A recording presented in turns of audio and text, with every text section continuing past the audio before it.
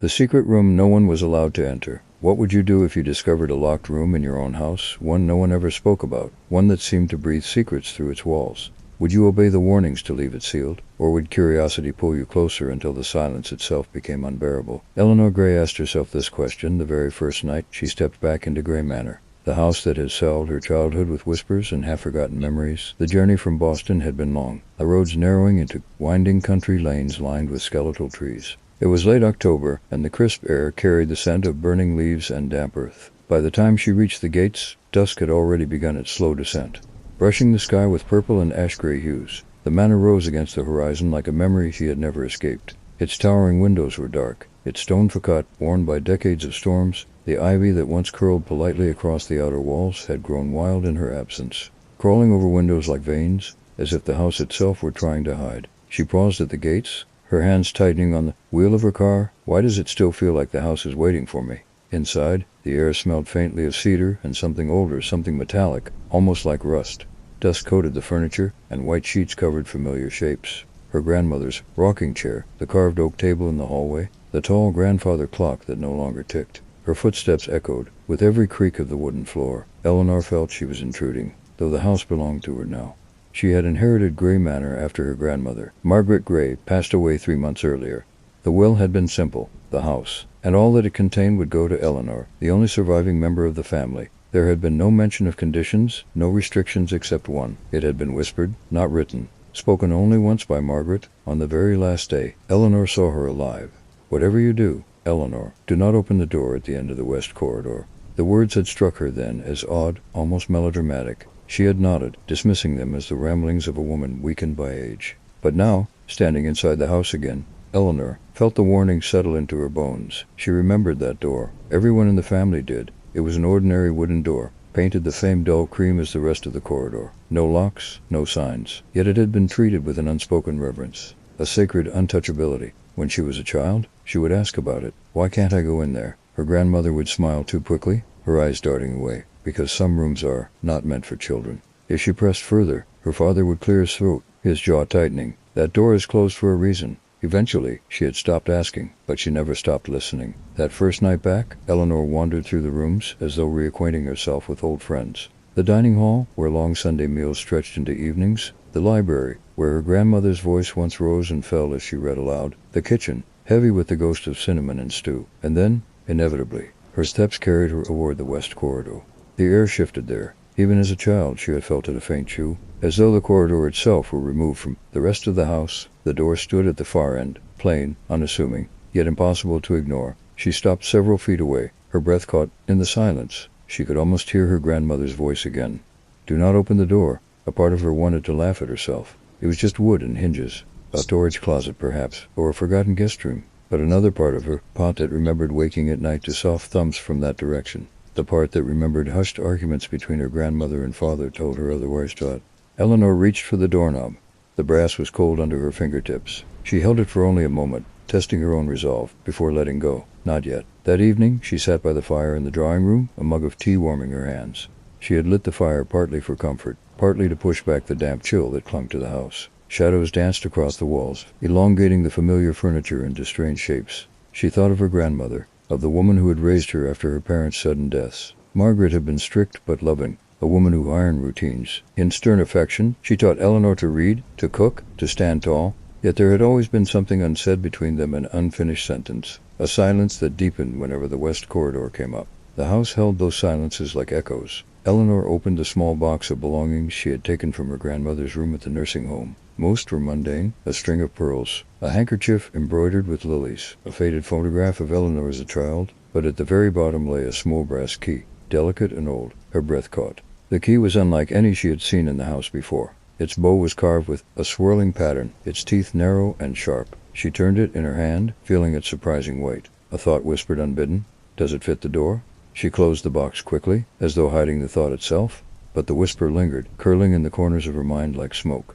Sleep did not come easily. The wind rattled the shutters, and the old house groaned as it settled into the night. Lying in her childhood bedroom, Eleanor stared at the ceiling and listened. At first it was just the ordinary sounds of an aging house, but then soft deliberate came the sound of something else, a faint tap, then another, almost like fingertips, brushing wood. From the west corridor, Eleanor sat up, her heart pounding. She held her breath, straining to hear. The tapping stopped. Silence pressed in, thick and heavy. She tried to convince herself it was her imagination, the wind, the house shifting, but deep down she knew the sound had been real. She whispered to herself, as though the words could anger her, "It's just a door, just a door." And yet, she could not shake the feeling that the house was alive, that the door was not merely wood but something more, something waiting. The next morning, the house looked ordinary again. In the pale autumn light, dust motes floated through the hallways. The air smelled of old wood and faint mildew, and nothing seemed out of place. Eleanor made coffee, standing in the kitchen that once buzzed with her grandmother's commands. She told herself she had imagined everything.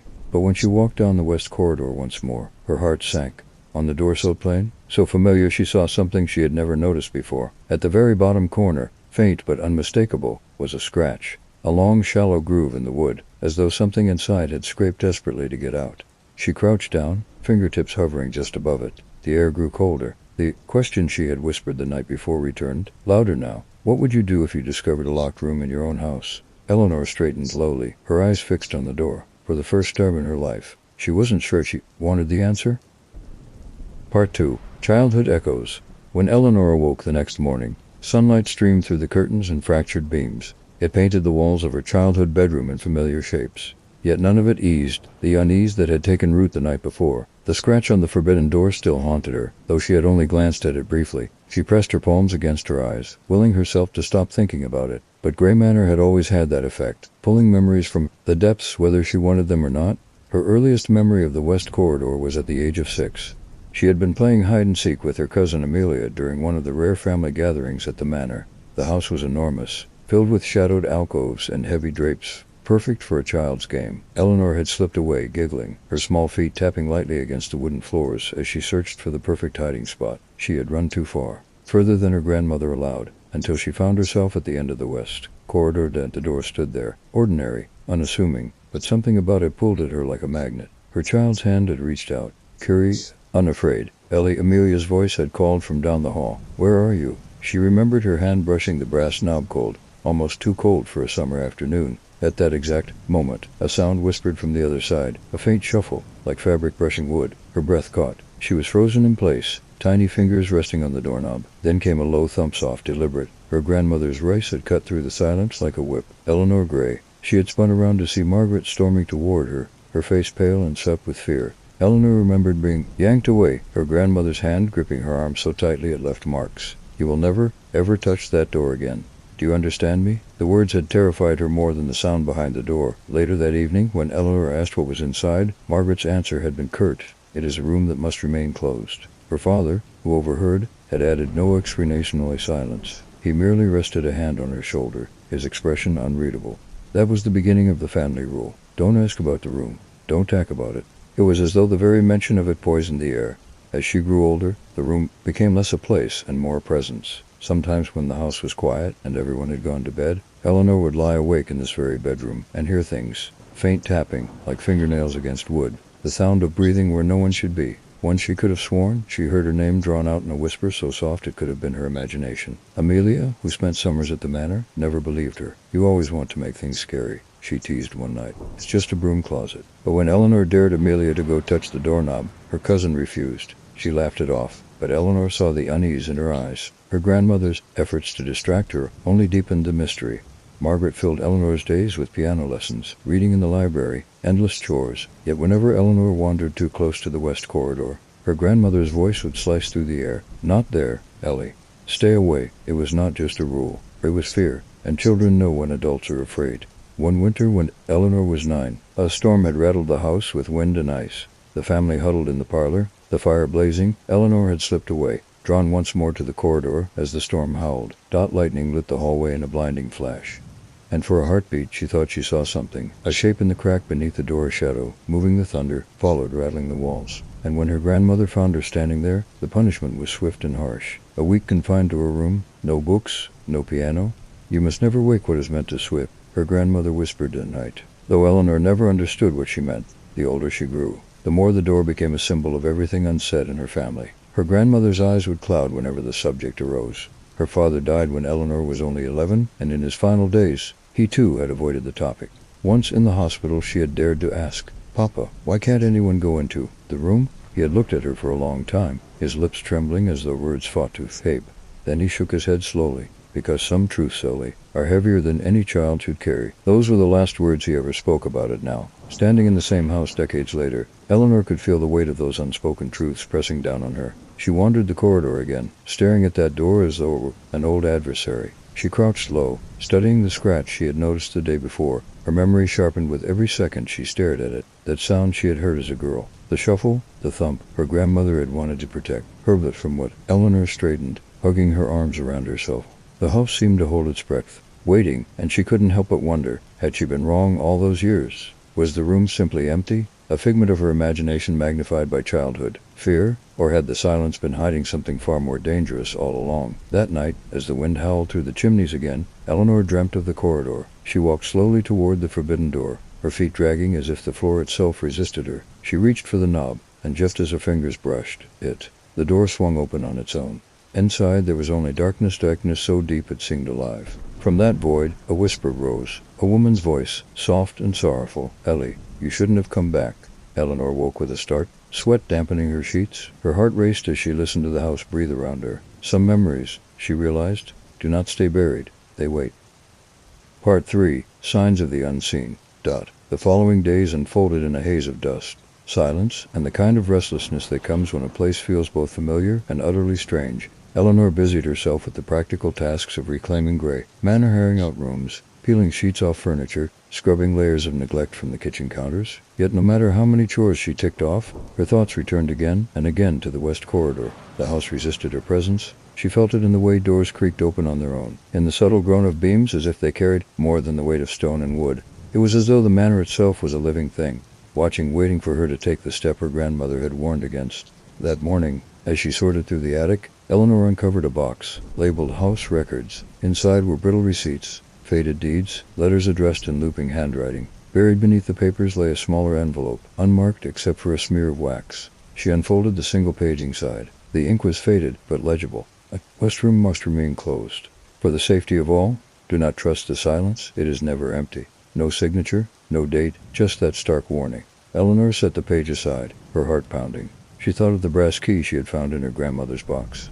The swirling patterns etched into its bow seemed almost ceremonial now, less like a household object and more like an artifact. Was it meant for the door? The thought haunted her as she descended from the attic, her steps heavier with each floor she crossed. Later, while exploring the library, she noted something odd. A fine layer of dust coated the shelves, disturbed only in one corner where the dust had been brushed away. A small gap yawned between two rows of books, barely wide enough to notice unless you looked closely. She reached in and found a candle stub. The wick burned halfway. Her grandmother hadn't lit candles in decades. Someone had been here. Recently, the realization chilled her. The mantel was supposed to be locked, untouched for months before she arrived. Yet here was evidence that someone had prowled the halls, used the library, left traces in the dust. Her gaze flicked instinctively toward the west corridor, just beyond the arched doorway. Had they been inside the room? That night, she could not stop thinking about the possibility.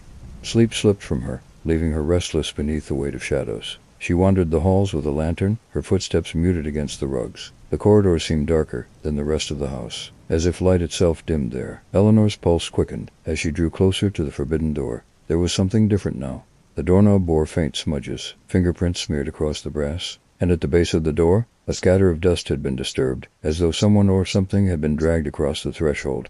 Eleanor crouched, her lantern trembling slightly in her grip. She traced the disturbed dust with her finger, and a cold certainty settled over her. Someone had gone in or out. The next morning brought little relief. She sat at the kitchen table, staring at the brass key. It glinted in the weak light. Daring her, she turned it over, running her thumb along the carved patterns. Her grandmother's words echoed in her mind. Do not open the door. But why leave the key at all? Why tuck it among her most personal belongings, where Eleanor was certain to find it? It felt less like a warning now, and more like an invitation. By the third day, Eleanor began noticing other details. In the drawing room, the clock on the mantel ticked faintly, though she had never wound it. In the parlor, the curtains stirred, without a breeze. And in the evenings, as twilight slipped into night, she could swear she saw movement in her periphery, a figure turning down the hall, a shadow stretching across the stairs, always just beyond reach, always gone when she spun to face it. The house was not empty. She knew that now. The unease pushed her to seek answers. She crossed the property to the edge of the gravel road, where the old Whitaker house stood. Mr. Whitaker had been her grandmother's neighbor for half a century, and Eleanor remembered him from childhood. A quiet, stooped man with a canine eyes that seemed to know too much. He answered her knock slowly, peering at her with recognition. "Eleanor Gray," he said, his voice rough as dry leaves. "I wondered how long it would take before you came back," he said on his porch, tea steaming in the chill air. "You've been in the house 3 nights now," he remarked, watching her closely. "Have you felt it yet?" Eleanor hesitated. Felt what? The weight, her presence. "That place isn't just stone and wood. It remembers. It keeps things." Her skin prickled. "Do you know about the West Corridor?" But this, Whitaker grew very still. His gaze shifted toward the manor, looming in the distance. "Some doors are better left closed. Child, I told your grandmother that years ago, but she was stubborn. She thought she could control it." He leaned closer, his voice lowering. "That room doesn't belong to this world. It's not empty, and it never has been. Whatever your family locked away, it's still there, waiting." Eleanor left his porch shaken. His words gnawed at her as she walked back up the gravel path. If her grandmother had been hiding something, if she had been containing something, why leave Eleanor the house at all? And why leave her the key? That night, Eleanor stood again before the door at the end of the corridor. She held the lantern in one hand, the key in the other. Her breath fogged in the cold air. The house was silent. Pressing in randor, she raised the key slowly, aligning it with the lock. Her hand trembled as the brass teeth touched the keyhole. For an instant, she thought she heard a sound from the other side, soft, rhythmic, like someone breathing. Her pulse thundered in her ears. She didn't turn the key, not yet, but she knew, with a terrible certainty, that she would, because Gray Matter was not going to let her leave until she did. Part 4. The Neighbor's Warning. Eleanor returned to Gray Manor after her uneasy conversation with Mr. Whitaker, but the man's words clung to her like a second skin. "That room doesn't belong to this world. It's not empty, and it never has been. Whatever your family locked away, it's still there, waiting." The more she tried to push the warning aside, the louder it echoed. The following afternoon, she found herself back at the Whitaker porch. Almost without realizing she walked thither. The old man was already seated in his rocking chair, a wool blanket draped across his knees. He greeted her with a solemn nod, as if he'd been expecting her. "You couldn't stay away," he said. "I need answers," Eleanor admitted, folding her arms against the autumn chill. "You knew my grandmother. You knew this house. Tell me what's inside that room." Whitaker's eyes narrowed. His gaze shifted past her, toward the looming silhouette of Gray Manor. "That's a question better left unasked." "Better left unasked," Eleanor repeated, her voice sharper than she intended. "That's exactly what my grandmother used to say. But you see, she's gone now, and the house is mine. Whatever secret she kept is mine too. I have the right to know." For a long moment, Whitaker said nothing. His rocking chair creaked as it moved back and forth. Finally, he sighed. Margaret was a proud woman, proud and afraid. When she came to this town as a young bride, the manor was already heavy with whispers. Some said the West Room had been sealed for generations. Others believed it was a prison, of sorts. A prison. Eleanor frowned. For who, or for what? Whitaker corrected quietly. Eleanor frowned on the porch steps, her pulse quickening. "Go on." Whitaker leaned forward, his eyes catching the pale afternoon light. "When I was a boy, your grandmother's younger sister lived in the house. She was different, strange even then. Folks said she had a way of knowing things she shouldn't. She'd look at you and speak truths you hadn't even admitted to yourself. Some feared her. Some said she was cursed." Eleanor froze. "My grandmother never mentioned a sister." "I'm not surprised," Whitaker murmured. "She vanished one winter. People asked questions, but Margaret and her sister, I'm gone away to live with relatives. No one ever saw her again. Not in town, not anywhere. And not long after, the door at the end of the corridor was sealed." A chill rippled down Eleanor's spine. "Are you saying?" "My grandmother locked her sister in there." Whitaker didn't answer at once. His gaze dropped to his hands, weathered and trembling. "I can't say what Margaret did or didn't do, but I know this. Noises came from that wing for years. At night, you could hear a soft keening, like a woman crying. Other times, it was laughter low and broken. Those sounds stopped only after Margaret grew older, after she stopped living in the house full-time. But even then, people swore the manor wasn't empty." Eleanor's throat tightened. "You're telling me my grandmother imprisoned her own sister?" Whitaker's eyes flashed. "I'm telling you there was something in that room that should never have been there. Whether it was Margaret's sister or something wearing her face, I can't say. All I know is that Margaret feared it enough to keep it locked away. And she feared it enough to say, with her dying breath, never to open the door." The silence that followed pressed heavily on them both. The wind stirred the dry leaves across the porch, carrying the faint scent of wood smoke. At last, Eleanor whispered, "Then why leave me the key?" Whitaker gave a humorless laugh. "That's the question, isn't it? Maybe she wanted to test you. Maybe she wanted to pass the burden along. Or maybe she believed you were strong enough to face what she never could." He leaned closer, his voice suddenly fierce. "But listen to me, Eleanor Gray. Curiosity is a dangerous thing. That house is patient. It knows how to whisper to you, how to make you doubt what's real. Don't mistake its silence for peace. It will draw you in, and once it has you, it won't let go. Eleanor rose from the porch, her hands trembling. If you knew all this, why didn't you tell anyone? Why didn't you stop her? Whitaker shook his head slowly. Some cages you don't rattle, child. Some battles are lost before they even begin. Margaret chose her path, and we respected her fear.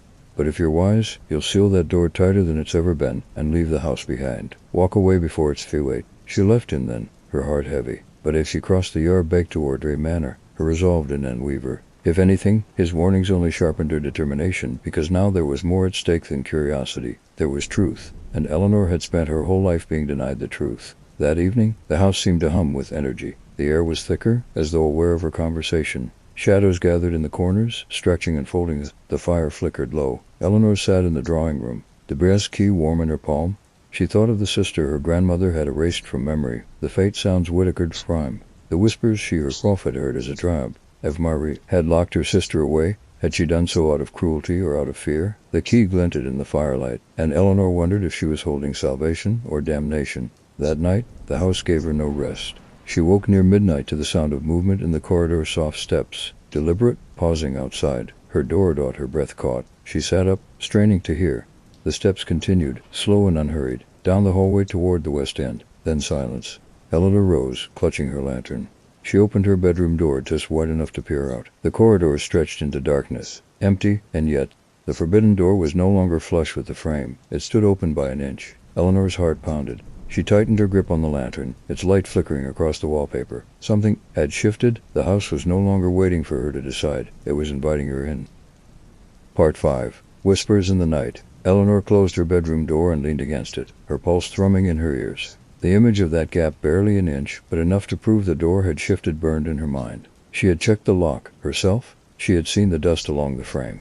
The door had been sealed, and now, it wasn't. She blew out the lantern, crawled back into bed, and pulled the blankets to her chin like a frightened child. The house groaned inside around her, as old houses always do, but she knew the difference between natural creaks and deliberate sounds. She lay awake until her body ached with tension. Sometime past 2 in the morning, just as she began to drift into uneasy sleep, the first whisper came. Ellie. Her eyes snapped open. The sound had been soft, almost too faint to distinguish from a dream.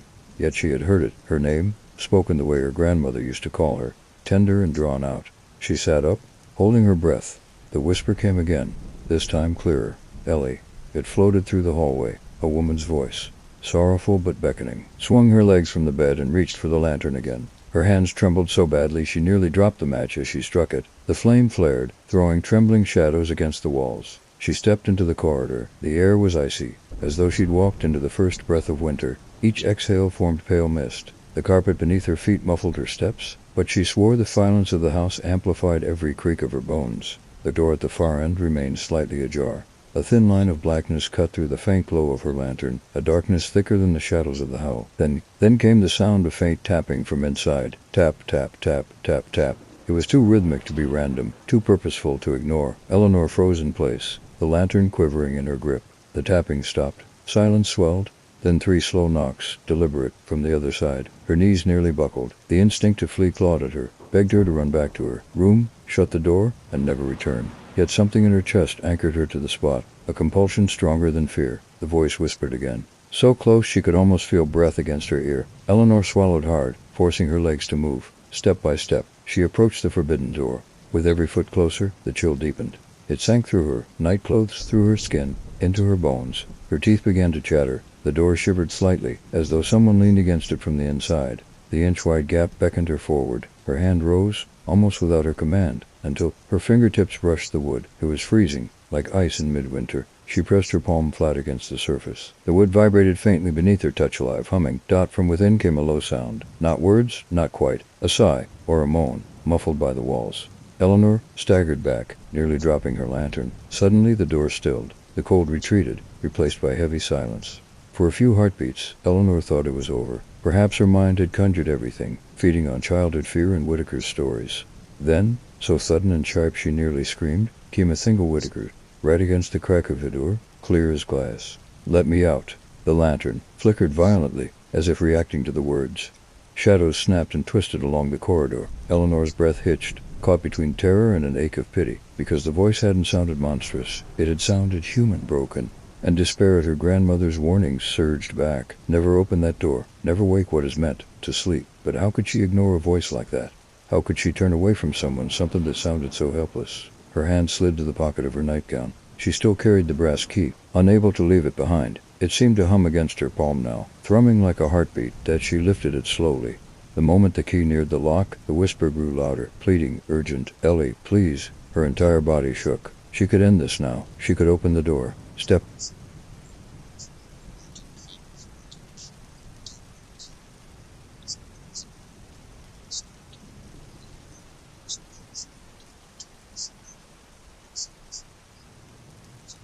Mocking. Eleanor staggered back a step, her lantern casting wild arcs across the wallpaper. Her lungs burned as though she had been holding her breath. The door now stood firmly closed. No gap, no sign it had ever moved. She returned to her bedroom trembling, the key clutched in her fist so tightly the edges cut into her skin. She slid beneath the covers, but found no warmth there. Sleep evaded her, broken by every small noise, every flicker of shadow. When dawn finally came, pale and colorless, she rose like a ghost herself. Her reflection in the mirror showed hollow eyes and a face drained of color. She told herself it had been a dream, a trick of exhaustion, fear, suggestion, but her palm still bore faint indentations where she had pressed the key into her skin. Proof that she had stood at that door. Proof that the whispers had begged for release. At breakfast, she couldn't eat. The house was too quiet, too watchful. Each creak of the beams seemed deliberate, each flutter of the curtains staged. She had the strange sense that the house was waiting for her decision. The forbidden door was no longer just a mystery. It had become a voice that knew her name. That evening, Eleanor found herself drawn to the corridor again, unable to resist. The door looked the same as it always had. Ordinary painted cream, plain brass knob. Yet she knew better now. Something lived there, and it wanted her to let it out. Part 6. The Journal in the Library. Morning sunlight spilled weakly through the tall windows of Grey Manor, but it did nothing to shake the unease that had settled into Eleanor's bones. The whisper from the forbidden door still echoed in her head. Let me out. She spent the morning pacing through the halls, restless, her hands tightening around the brass key whenever she slipped it from her pocket. She couldn't bring herself to face the corridor again, not after the night she'd had. Yet neither could she stay away. The house had her in its grip. If she couldn't open the door yet, she needed answers, and she knew exactly where to look. The library. The library was one of the grandest rooms in Grey Manor, with floor-to-ceiling shelves and a ladder that slid along the rails. Dust coated most of the volumes, their spines cracked, their titles faded by time. Eleanor had spent countless hours here as a girl, hiding from her grandmother's watchful eye, sinking into musty pages to escape the hush of the house. Now she entered with a different purpose. She searched through shelf after shelf, stacking books on the great oak table. She wasn't looking for stories or poetry. She was looking for something hidden. Her grandmother had been meticulous, secretive. If Margaret Gray had kept a record of her life, it had to be here. For hours Eleanor searched until her hands grew sore from pulling volumes free. At last, behind a row of forgotten hymnals, her fingers brushed something different, a leather-bound book. Small and worn, tucked flat against the wall. She pulled it free, coughing as dust bloomed into the air. The cover was cracked, a strat brittle with age. On the first page, in faded ink, was a name written in her grandmother's neat hand, Margaret Gray, 1951. Eleanor's pulse quickened. She turned the pages carefully, afraid they might crumble in her fingers. The early entries were ordinary. Notes about the garden, frustrations with staff, mentions of her young husband, but as the pages went on, the tone shifted. April 12, 1953, Elizabeth frightens me. She looks at me and speaks of things she cannot, no secrets of my own heart. Her words pierce too deeply, as if she sees not only my thoughts but the shadows behind them. Sometimes I wonder if she is my sister at all. Eleanor froze. Elizabeth, the sister Whitaker had spoken of. She read on. July 3, 1953, the servants whisper. They claim to hear her pacing the halls at night, speaking to voices no one else can hear. I confronted her, but she only smiled and told me my time would come. What could she mean? October 28, 1953, something is wrong with Elizabeth. Tonight I found her standing in the west corridor, her hand pressed against the door as if listening. She said it speaks to her. I begged her to stop, but she laughed and said it would speak to me too. Soon enough, Eleanor's throat went dry. The door again. Always the door. The entries grew darker. December 19th, 1953, the noises keep me awake. Tapping, scratching, whispers that crawl along the walls. Elizabeth insists it is nothing to fear, that the room is not a prison but a passage. I told her she must stop this nonsense, but she grows more erratic with each day. January 9th, 1954, I locked the west room today. Elizabeth begged me to leave it open, said the house must breathe, but I could not bear it any longer. I heard her in the night, weeping outside the door. I do not know what to do. I fear her as much as I fear what lies within. Hands shook as she turned the next page. The ink was smudged, blotched as if written in haste. February 14th, 1954, Elizabeth is gone. No one saw her leave. The neighbors ask questions, but I cannot answer them. The house is silent now, save for the door. I feel her presence there. I know she is not truly gone. I cannot tell anyone would believe me. Eleanor sat back, the journal heavy in her hands. Her mind reeled. Her grandmother had known. She hadn't just feared the room, she had fought it. Elizabeth hadn't disappeared to live with relatives. She had vanished into that room war, into whatever force lay behind it. And Margaret had lied. Lied to the neighbors, to Eleanor's father, to the entire family. Eleanor flipped through the final pages, her breath shallow. August 2nd, 1955, the room whispers still. Sometimes it uses her voice, sometimes another. I cannot tell what is real anymore, but I know one thing. The door must remain closed. If it opens, the house will not hold it. I will not hold it. God help the one who does. The writing ended abruptly there. Eleanor closed the journal, pressing her palm against the worn leather cover. Her grandmother's voice felt alive in the words, stern, frightened, desperate. For the first time, Eleanor understood the weight Margaret had carried. But another thought gnawed at her, one she couldn't shake. If Elizabeth had been larked, they were bound somehow to that room. Was she still there? Was that her voice calling Eleanor's name? Let me out. The plea echoed in her skull until she felt dizzy. She carried the journal to her bedroom and laid it on the desk beside the brass key. The two objects seemed to hum in harmony, twin relics of a secret too heavy to bear. Eleanor stared at them. For a long time, she should have been afraid, but beneath the fear, something else was stirring, a determination her grandmother might have called foolish. The whispers wanted her to open the door. The journal begged her not to, and Eleanor was trapped between them. That night, sleep came in fragments. She dreamt of Elizabeth not as a young woman she had never known, but as a shadowy figure pacing behind the forbidden door. In the dream, Elizabeth turned her face toward Eleanor, and her eyes glowed pale white. Blood calls to blood, she whispered. You cannot keep me here forever. Eleanor woke, gasping. The room I scold, her grandmother's journal lying open, though she had closed it before bed. The page stared up at her, the words smeared as if freshly written. Do not trust it. Silence it is never empty. She slammed the journal shut and pressed it against her chest, her heart racing. The house was no longer waiting for her to make a choice. It was pushing her toward it.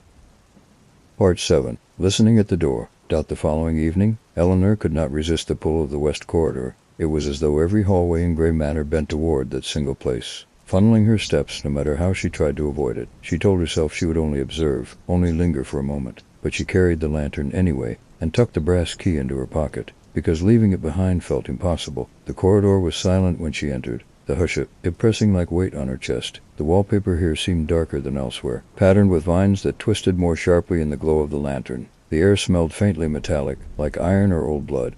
The door stood waiting at the far end. Ordinary, plain, deceptively so, yet Eleanor now knew the truth. Her grandmother's journal had made that plain. The room was not empty. Elizabeth had not disappeared. She had been consumed by whatever lay beyond, and still, Eleanor found herself inching forward. She stopped a foot from the door, close enough to see tiny scratches on the paint around the handle, as though fingernails had clawed their decades. Ego. Her heart thundered. What if she tried to listen, truly listen? The thought came unbidden, but it stuck. She lowered herself to the floor, pressed her ear against the cold wood. At first, there was only silence, a heavy, suffocating stillness that seemed to stretch into eternity. Then came the faintest sound, breathing, slow, deliberate, unmistakably human. Eleanor's stomach knotted. She pressed harder, barely daring to breathe herself, and then a voice, so soft it brushed against her ear like a breath. Ellie. She flinched back, her spine colliding with the opposite wall. Her lantern wobbled, casting wild arcs of light. The voice had been clearer this time, closer, almost intimate. Her grandmother's journal had warned her, do not trust the silence, it is never empty. But she had heard it with her own ears. Someone was in there. Eleanor couldn't leave it at that. She needed proof. The next morning, she rummaged through the storage trunks in the attic until she found an old stethoscope of grandfather's from when he had trained as a doctor. The tubing was cracked, the earpieces stiff, but it still worked. That night, armed with lantern and stethoscope, she returned to the corridor. She felt like a trespasser in her own home. Every step of her slippers muffled as though the carpet wanted to swallow her sound. She pressed the stethoscope's chest piece against the wood of the forbidden door. The effect was immediate. The faint breathing roared into her ears, deep and steady, like lungs drawing breath on the other side. She clenched her jaw to keep from crying out. And then, layered beneath the breathing, came whispers, dozens of them, overlapping, rising and falling like waves. She couldn't make out all the words, but fragments broke through. Hungry, blood, Ellie. Her grip on the stethoscope faltered. She forced herself to keep listening, sweat prickling her brow. Whisper grew louder, stronger than the rest. A woman's voice, trembling but urgent. They lied to you. Eleanor's breath caught. Who lied? She whispered before she could stop herself. The voice answered, clear as glass, your grandmother. She ripped the stethoscope away, her hands shaking violently. The lantern flickered as if reacting to the sudden surge of her pulse. The air around her felt charged, electric, as though the house itself had heard. Her grandmother had lied. The journal had been a confession, yes, but perhaps also a fabrication, half-truths wrapped in warnings. If Elizabeth truly was in there, if she had been trapped for decades, then wasn't Eleanor's silence a cruelty? The voice returned low and coaxing. Ellie, let me out, please. I'm so cold. Tears blurred Eleanor's eyes. The voice didn't sound monstrous. It didn't sound dangerous. It sounded like a woman begging for her life, but another whisper threaded through the others, darker, guttural, open. And you will belong to us. Eleanor staggered back from the door, pressing a hand to her mouth. She nearly dropped the lantern. There wasn't just one voice. There were many Elizabeth or something, wherein her voice was not alone. That night, Eleanor could not sleep. She sat at her desk with the journal open before her, staring at her grandmother's final entry. God help the one who does. Words looped in her mind until they lost meaning. She glanced at the brass key. It seemed to gleam in the lamplight, as if waiting for her hand. If I opened it, what would happen? She pressed the journal closed and turned away, but the whispers would not leave her. She heard them even now, faint but insistent. Threading through the quiet of the manor, they had begun to follow her beyond the corridor. In the days that followed, Eleanor noticed shadows that moved against the light, as though figures walked just outside her sight. When she bathed, she swore she saw pale hands ripple beneath the surface of the water. At night, she dreamed of Elizabeth again, her eyes glowing white, her voice both pleading and commanding. You must choose. Let me out. By the fourth night, Eleanor no longer knew where the dreams ended and the waking world began. She returned to the corridor one final time, the stethoscope dangling from her hand. She pressed it to the door once more, her breath shallow, and this time she heard only a single voice. Elizabeth, clear, desperate. Ellie, I am still your blood. Do not let me die here. Eleanor staggered back, her heart aching. Her grandmother had locked her own sister away. But why? To protect the family? Or to silence her? The brass key weighed heavy in her pocket, burning against her leg like a brand. One truth had become clear. If she didn't open the door, she would never know who to believe. Part 8. Messages through the door. By the next morning, Eleanor felt like a ghost drifting through her own house. She barely touched her breakfast, her eyes hollow from nights of broken sleep. The whispers were no longer bound to the west corridor, trailed her everywhere, echoing in the back of her mind like an aftertaste. She had tried ignoring them, tried pretending they weren't there, but the more she resisted, the more insistent they became. Elizabeth's voice rose above the others, now trembling with sorrow one moment and sharp with anger the next. Ellie, you must listen. Ellie, don't leave me in the dark. Her grandmother's journal sat on the desk beside the brass key, its cracked spine gaping as though the book itself wanted her attention. Eleanor flipped it open again, rereading the passages about Elizabeth, pacing the halls, listening at the door, insisting it spoke to her. Margaret had dismissed her sister as delusional, but what if she wasn't? That afternoon, Eleanor made a decision. If she couldn't trust the voices in her head, perhaps she could force them into something tangible, something she could feel. She carried a sheet of paper and a pencil to the west corridor, her hands trembling as she walked. The door loomed ahead, ordinary to the unknowing eye. But to Eleanor, it was a living presence, a pulse in the air. She crouched and slid the paper through the narrow gap beneath the door. Her fingers brushed the cold draft that breathed outward, and her skin prickled. For a moment, nothing happened. Then, slowly, the paper slid back. Her lungs seized. She snatched it up and lifted it to the lantern light. Across the blank page, in jagged black strokes, a word sprawled. HLPL at her knees went weak. She pressed her hand to the floor to steady herself. It wasn't her imagination. It wasn't just whispers in her mind. Something or someone on the other side had written back. She staggered to her feet and pressed her palm against the wood. Who are you? She whispered, her voice trembling. Silence. She fumbled for another sheet, scribbled the question down, and pushed it beneath the door. Again, the stillness stretched, heavy and endless.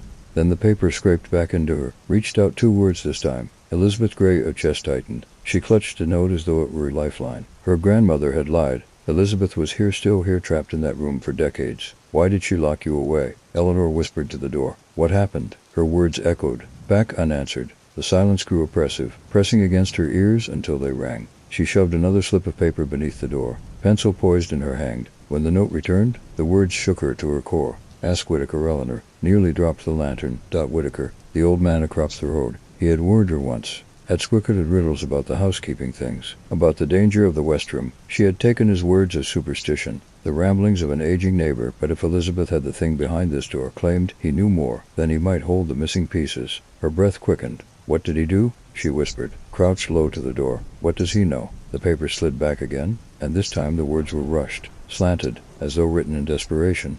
He helped her. Eleanor recoiled. Her lantern flickered, casting shadows that darted across the corridor walls. Whitaker had helped her grandmother, which meant he had known all along what had been locked in this house. He had lived with that knowledge for decades, watching families suffer under secrets he kept, Dad, and now he was the only one alive who might tell her the truth. Eleanor shoved one last question under the door, her hand unsteady. What will happen if I open it? This time, the paper didn't return. She waited minutes, her knees numb against the carpet, her lantern burning lower. Just when she thought no answer would come, the paper scraped back toward her. She lifted it with trembling hands. 3 words glared up at her. You'll be free. Eleanor pressed her back against the wall, staring at the note until the word free blurred through her tears. Free from what? From the house? From the curse? Or from herself? Her grandmother's journal and Elizabeth's scrawled notes told 2 entirely different stories. Margaret had warned that opening the door would unleash something terrible. Elizabeth claimed freedom waited inside. Both women were her blood. Both were bound to her legacy, and she had no way of knowing which of them told the truth. That night, Eleanor couldn't sit still. She wandered from room to room, notes clutched in her hands, the brass key digging into her pocket. Every time she passed a mirror, she avoided her own reflection, afraid she might see eyes that weren't hers staring. Back when she finally returned to her bedroom, she spread the papers across the desk. Help, Elizabeth Gray, asked Whitaker. He helped her, he'll be free. The words stared back like accusations, demanding she choose between obedience to her grandmother's warning and loyalty to the sister her family had erased. The clock on the mantel ticked louder than it should. With each passing second, Eleanor felt the weight of the house, pressing harder against her. The decision was drawing closer. She could not hold it off much longer.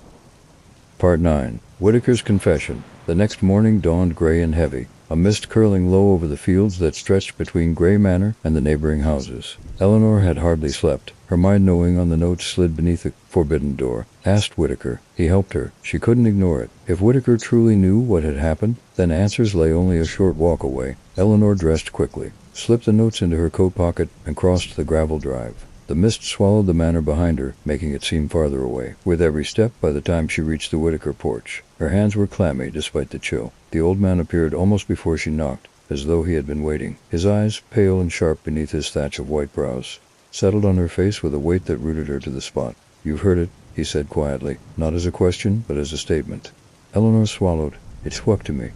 Elizabeth. She said you helped my grandmother. Whitaker's jaw clenched. For a long moment, he said nothing, only gestured her inside. The Whitaker house smelled of cedar and dust, its rooms dim and lined with books. Eleanor perched on a stiff chair near the hearth, where a fire had burned down to embers. Whitaker lowered himself opposite her, his cane balanced across his knees. You shouldn't have listened, he said, voice low and rough. Once you let it speak, it never stops. Eleanor corrected softly, nodded. Elizabeth, my grandmother's sister. She's still in there, she wrote back. Whitaker's eyes flicked to her pocket, as though he could see the folded notes hidden. Inside, he sighed heavily. Double quotes. Yes. Elizabeth, his voice carried both sorrow and bitterness. She's been in that room longer than you've been alive. Longer than she should have been. Why? Eleanor demanded, her voice breaking. Why would my grandmother lock her own sister away? Whitaker leaned back, the cane creaking. Beneath his grip, his gaze drifted to the fire, as if the flames carried memories he wished he could forget. It started long before your grandmother turned the key, he said. Elizabeth was different. From the time she was a girl, she heard things no one else could. She knew things she couldn't have known illnesses before they struck, storms before they came. People called it a gift, but gifts like that always come with a price. Eleanor's pulse quickened. What price? Whitaker's eyes lifted to hers, sharp and unyielding. The house began to answer her. At first it was small thing, whisper when she walked the halls, shadows that followed her steps. But then the West Room woke up. He paused, his hands tightening on the cane. That room was older than the manor itself. The house was built around it. Elizabeth didn't just hear it. She opened herself to it, and once it had her, it wouldn't let go. Eleanor shivered. So you helped my grandmother lock her away. His lips pressed into a thin line. We didn't have a choice. Your grandmother begged me, said Elizabeth. Wasn't herself anymore. That something else was speaking through her. The things she said. The things she did. What things? Eleanor pressed. Whitaker single quotes. His gaze dropped, shadows deepening under his eyes. I'll never forget the night I saw her standing at my window. Though the second floor is too high for anyone to reach, her eyes white, glowing, she spoke in voices that weren't her own. Men's voices, children's voices, all at once. It chilled me to the bone. Eleanor's breath came shallow. But she's still my family, she's still there, and she's asking me to let her out. Whitaker slammed his cane against the floor, startling her. That is not Elizabeth anymore. That's what it wants you to believe. The voices will twist the truth. They'll wear her face, her name, her sorrow. But if you open that door, you'll unleash what we barely managed to contain." The room seemed to darken with these words, as though even the mention of the possibility carried weight. "Your grandmother sacrificed everything to keep it locked away," Whitaker continued, his voice dropping to a hoarse whisper. "Her reputation, her peace of mind. She knew no one would believe her. But she carried that burden because she loved you, because she knew one day the house would call to you the way it called to Elizabeth." Eleanor shook her head, her throat tightening. "But how can you be sure? What if she is still in there? What if she's begging for help, and we've condemned her to suffer for decades?" Whitaker leaned forward, his eyes burning in theirs.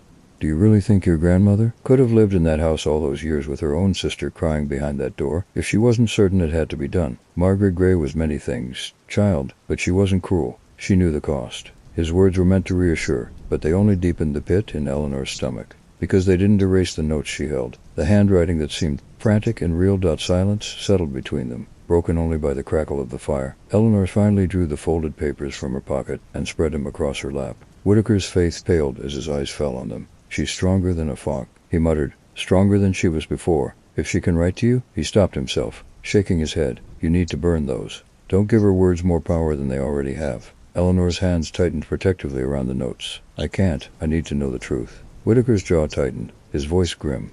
"The truth is this. If you open that door, you won't be freeing Elizabeth. You'll be freeing what took her."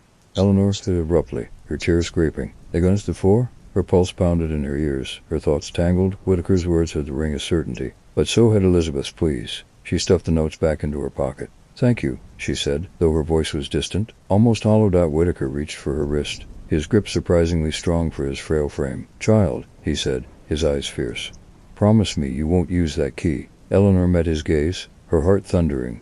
"I can't promise that," she whispered. She pulled free and left him in his dim cedar-scented house. The mist had thickened outside, curling low and white over the ground. As Eleanor walked back toward the looming silhouette of Gray Manor, the house seemed to grow larger with every step. Its windows were dark, watchful, its roofline cut against the clouds like a blade. The key in her pocket burned hot, as though it had heard Whitaker's warning and rejected it. And in the distance, carried faintly on the mist, she thought she heard a whisper, "Ellie, come back to me." Part 10. The House Remembers. The mist still clung to Eleanor's coat by the time she reached the manor. The old stones loomed like the spine of some buried giant, its windows empty and waiting. She paused at the threshold, Whitaker's words echoing in her ears. "That is not Elizabeth anymore. The voices will twist the truth, and yet..." The notes in her pocket pressed against her side like a heartbeat. "Help, Elizabeth Gray. You'll be free." Which version of her family story was real? Eleanor shut the heavy oak door behind her and leaned against it, chest heaving. The silence inside was thicker than the fog outside.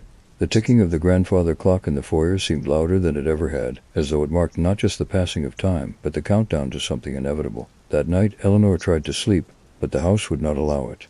Every floorboard creaked as though someone paced the halls. A draft swept under her bedroom door, despite the windows being latched tight. Around midnight, she woke with a start. Her lamp had gone out. The air in the room was icy. And then she heard it directly in her ear, though no one was there. "Ellie, I saw you go to him. He lied to you." Eleanor's breath hitched. She bolted upright in bed, clutching the sheets. "Elizabeth, she..." whispered. The voice came again, smoother this time, almost tender. "He was always afraid of me, afraid of what I could see.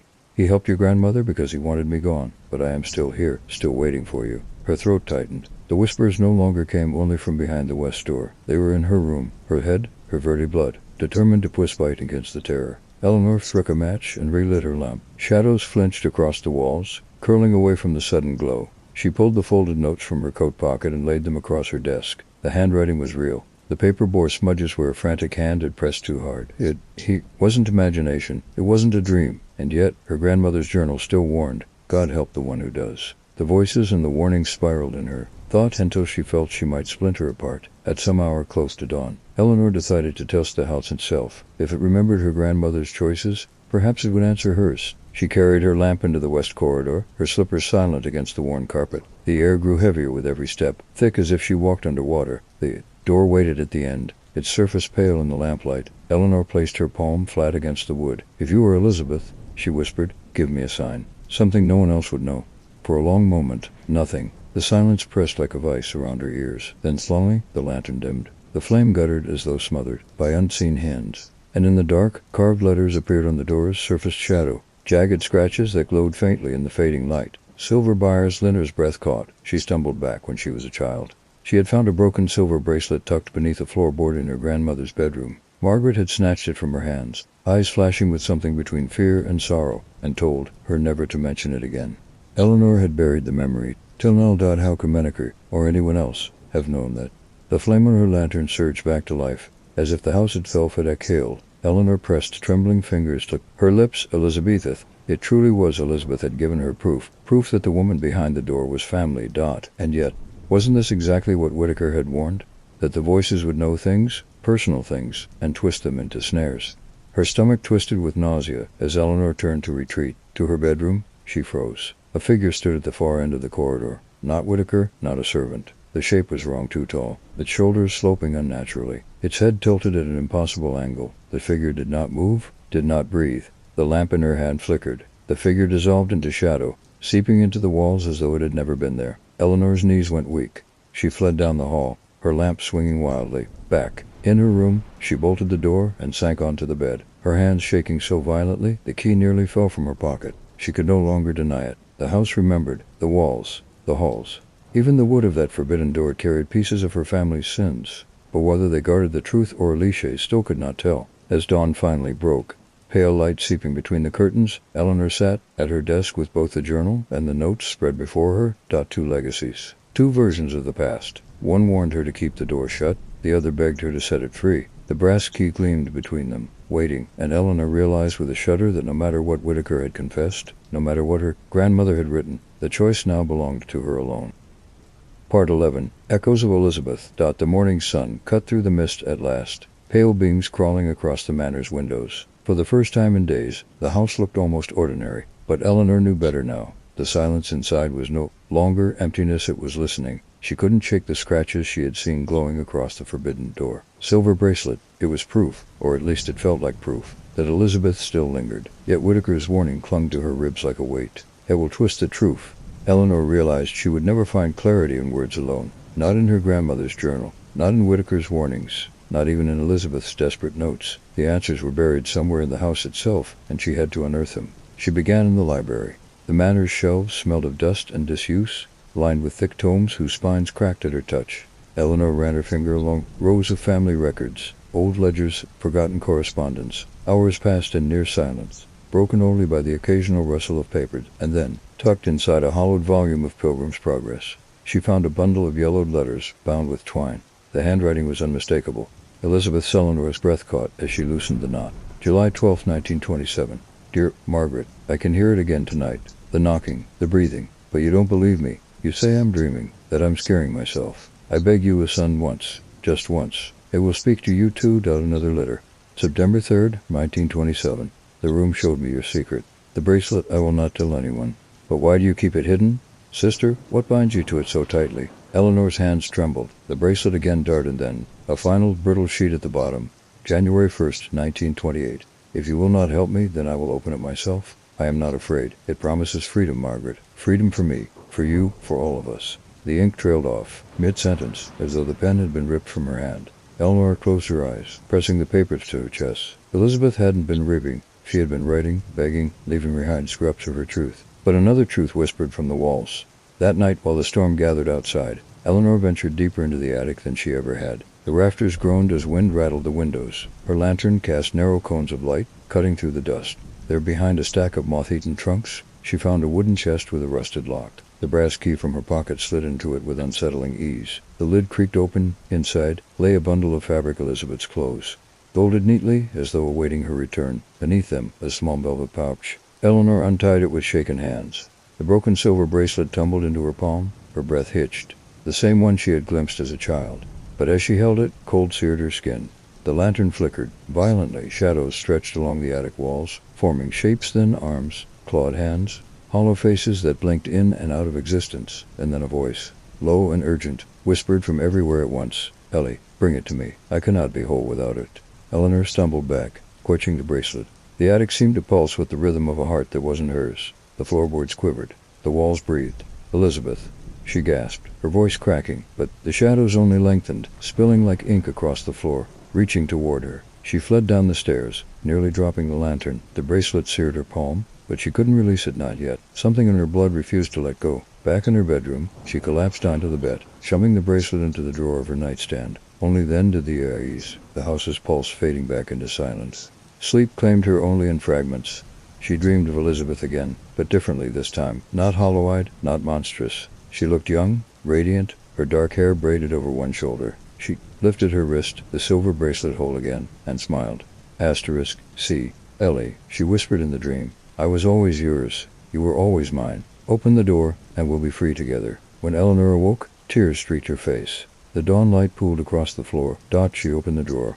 The bracelet gleamed. In the pale sun, unbroken now, its length whole and shining. Eleanor pressed both hands over her mouth. She had held it broken. She had felt the jagged edge. But now it was perfect. The house had remembered it, had chosen to restore. The choice loomed closer than ever, pressing down with the weight of blood, legacy, and lies. Would she honor her grandmother's warnings, or her great hand's pleas?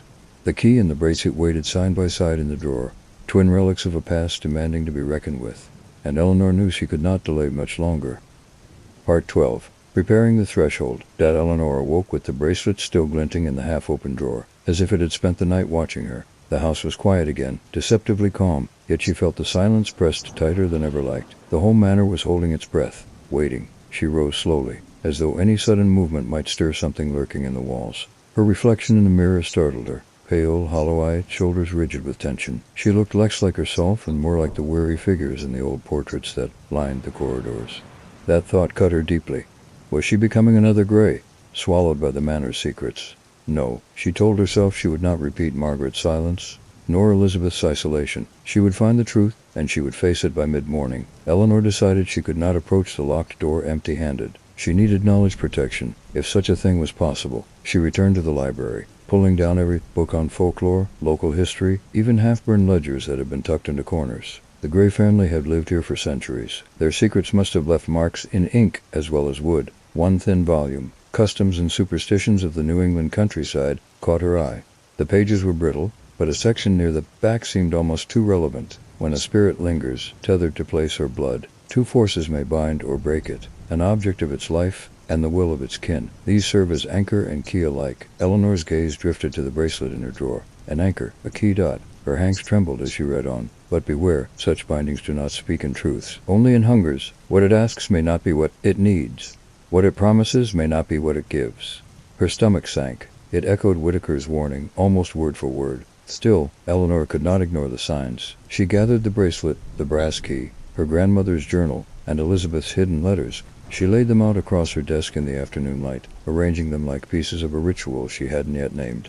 The key for the door, the bracelet for Elizabeth, the journal for Margaret, the letters for the truth in between, for objects, for choices. She whispered aloud, "If I open the door, I won't go blind. I won't go unprepared." Her voice faltered, but hearing it aloud steadied her, if only a little. That evening, she carried the items to the drawing-room, where the hearth still bore ashes from a long cold fire. She placed them in a circle on the rug, struck a match, and lit 3 candles she'd found in a cupboard. Their flames trembled in the draught that always seemed to sneak through the manor. She didn't know exactly.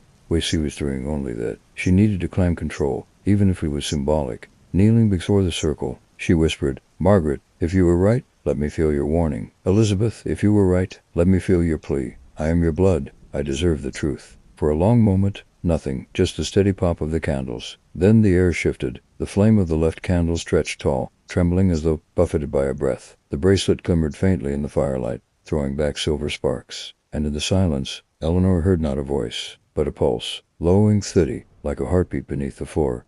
She leaned closer, bracing herself. "Which of you is it?" The answer came not in words, but in motion. The brass key slid half an inch across the rug, as if nudged by unseen fingers. Eleanor gasped, falling back onto her heels. The ritual broke there. The candles guttered out all at once. Plunging the room into dark, Eleanor scrambled to her feet, clutching her lantern. The objects on the rug lay still, but the echo of movement clung to her man-like static.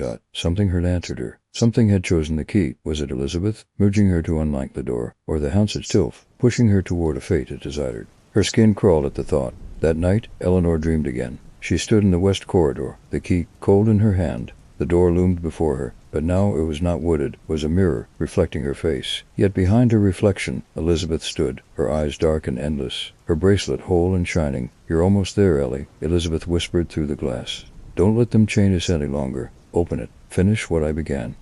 Eleanor woke. Her pillow was wet with tears, and on the nightstand beside her, the key and bracelet lay side by side. though she was certain she had left them across the room. Eleanor no longer questioned whether the house was aware of her choices. It was steering her, waiting for her decision, but she would not be rushed. She told herself this as she sat at her desk, staring at the journal, the letters, the bracelet, and the key. She had prepared what she could, gathered what she knew, tested the threshold without crossing it, and Q. The question remained, would opening the door free her family or destroy what was left of it?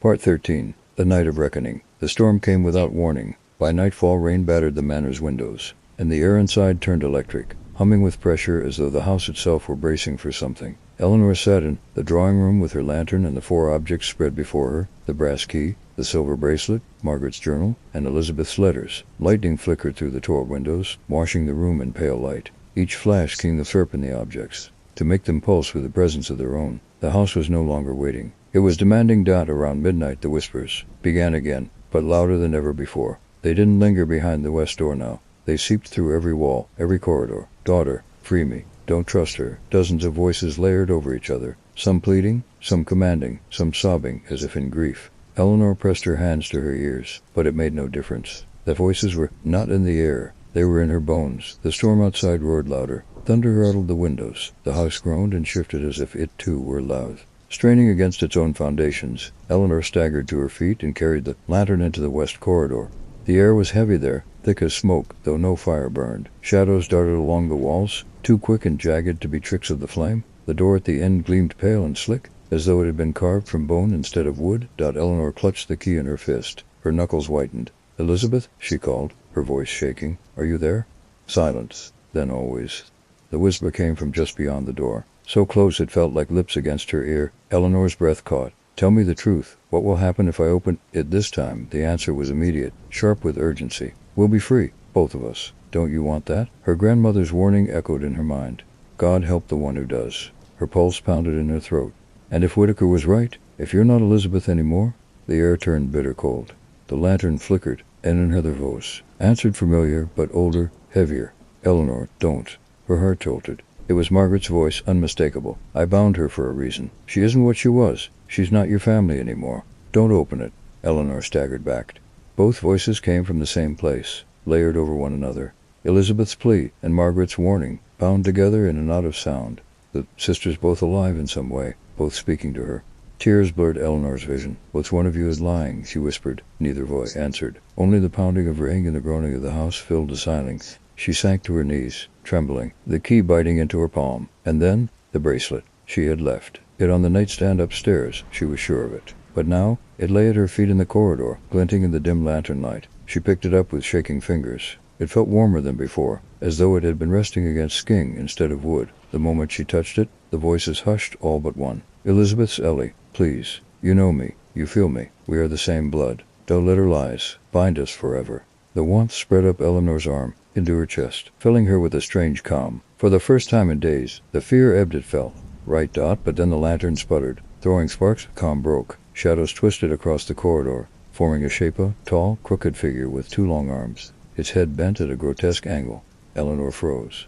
The figure reached toward her. Its hand dissolved into smoke and slipped into the key clutched in her fist. The breath grew scorching hot. Eleanor gasped and interrupted, but it didn't hit the flood, hovered midair, glowing faintly. The door at the end of the corridor groaned, wood splintering as though something on the other side pressed outward. "Ellie," the voices whispered. Together, one chorus, irresistible. Now. Eleanor's heart thundered. She had prepared, gathered what she could, sought warnings and pleas alike, but nothing could have prepared her for this. The bracelet burned in her hand, the key hovered before her, and the door trembled as if begging to be opened. Lightning split the sky outside, shaking the manor to its bones. And in the charged silence that followed, Eleanor realized the choice was no longer distant. It was here. It was now. Her fingers hovered over the floating key. She could open the door, or she could turn away forever. But which path would free her family and which would damn them? Part 14. At the threshold. The key floated inches above the carpet, trembling in the thick air, its brass gleam pulsing faintly like a vein under skin. The bracelet in Eleanor's hand grew heavier, pulling her to her at the door as though it belonged. There belonged inside. The manor itself seemed to shift around her. Every wall groaned. Every portrait rattled in its frame. From somewhere deep within the house, she heard the echo of footsteps. Though she was alone, Eleanor's breath came shallow. "If this is the truth," she whispered, "then let me see it, all of it." Her words seemed to charge the corridor. The lantern's flame surged. The key dropped suddenly into her open palm. It was warm now, almost alive. She rose to her feet, her knees trembling, and stepped toward the door. The wood shivered beneath her approach, its surface rippling faintly in the lantern glow as though it were no longer solid. It looked less like oak and more like something breathing. The voices returned, clearer than ever. Elizabeth's, "We'll be whole again. You'll never be alone." Margaret's, "Turn back. If you open it, you'll lose yourself." Both voices overlapped. Two truths, two lies, impossible to untangle. Eleanor pressed the bracelet to her wrist. The silver clasp snapped shut on its own. The warmth spread through her arm and into her chest, steadying her heartbeat. It felt like protection or possession. She couldn't tell which. She lifted the key. Its teeth slid perfectly into the lock, though the door had not been opened in almost a century. As the key turned, the storm outside howled louder, rattling the glass panes of the corridor windows. Thunder rolled, shaking dust from the rafters. The door moaned in response, its hinges straining, its wood stretching like sinew. Eleanor froze with the key halfway turned, and then she heard it. A knock. Not from her side, from within. One knock, then two, then three. Slow, deliberate, as though someone or something were waiting just beyond. Hand pressed against the other side. Her stomach flipped. Her hand trembled on the key. The lantern flickered violently. The light stretched shadows across the corridor. In one, she saw Elizabeth's face, radiant, smiling gently. In another, Margaret's, stern and hollow, eyed. Both reached Coard, their hands overlapping in the dark. "Open it. Leave it shut." The word struck her in the same breath. Throat tightened. "I can't," but the house would not let her hesitate. The floorboards quivered under her feet. The air pressed inward, pushing her toward the division. She twisted the key fully. The lock snapped with a sound like bone breaking. A rush of air burst from the gap, icy and sharp, extinguishing the lantern. Eleanor staggered back, clutching the bracelet. The corridor fell into total darkness except for the faint glow seeping from the cracks around the door, a pale, unnatural light that pulsed like the rhythm of a heartbeat. The knocking stopped, and in its place, a whisper slipped through the keyhole. "Ellie, you've done it." Eleanor's body trembled. The glow from the door stretched across her skin, painting her arms in ghostly light. She could feel it moving through her veins, reshaping her heartbeat to match its rhythm. Behind her, the manor shifted again, doors slamming on their own, windows rattling in their frames. The storm outside swallowed by a deeper roar rising from beneath the foundations. Every piece of the house was alive now, watching, waiting. Her hand brushed the door handle. For one brief moment, she thought she heard her mother's voice, soft, distant, as though carried from childhood memories. "Come home, Eleanor." Her eyes stung. She whispered into the dark, "I don't know which of you is real." The bracelet tightened on her wrist, almost painfully, as though insisting. The glow from the door brightened, casting the corridor in blinding white. Eleanor stood at the threshold, key still in the lock, hand on the handle. All her searching, all her nights of whispers and revelations, had led her here. To the choice that had haunted her family for generations. Would she open the door and embrace whatever waited beyond, or close it forever, carrying the weight of uncertainty in her blood? The house seemed to lean toward her, holding its breath, as though it already knew which she would choose. Part 15. What lies beyond? The door handle was cold beneath Eleanor's hand, so cold it burned. The glow spilling through the cracks had brightened to a blinding white, flooding the corridor with a light that was neither fire nor moon. The house itself had gone silent, as if every beam and stone held its breath. Eleanor pressed her forehead against the wood. For a heartbeat, she thought she could feel another pulse beneath her skin, steady and slow, keeping time with hers. "It's time," Elizabeth whispered. "I'm waiting." "Don't." Margaret's voice followed, faint but sharp, like an echo from deep underground. "You'll lose yourself." Eleanor clenched her teeth. Both voices pulled at her, both belonging to her blood, which was truth and which was a lie. The key turned with a final click. The lock released at the door, swung inward, that at first she saw nothing, only a vast emptiness, deeper than shadow, wider than the manor should contain. The air was thick with the scent of iron and damp stone, as though she'd opened the mouth of a cavern that had never seen light. Then came the shapes. They weren't solid, but impressions, like memories burned into glass. Faces she almost recognized, features half-formed, her ancestors perhaps, or echoes of them.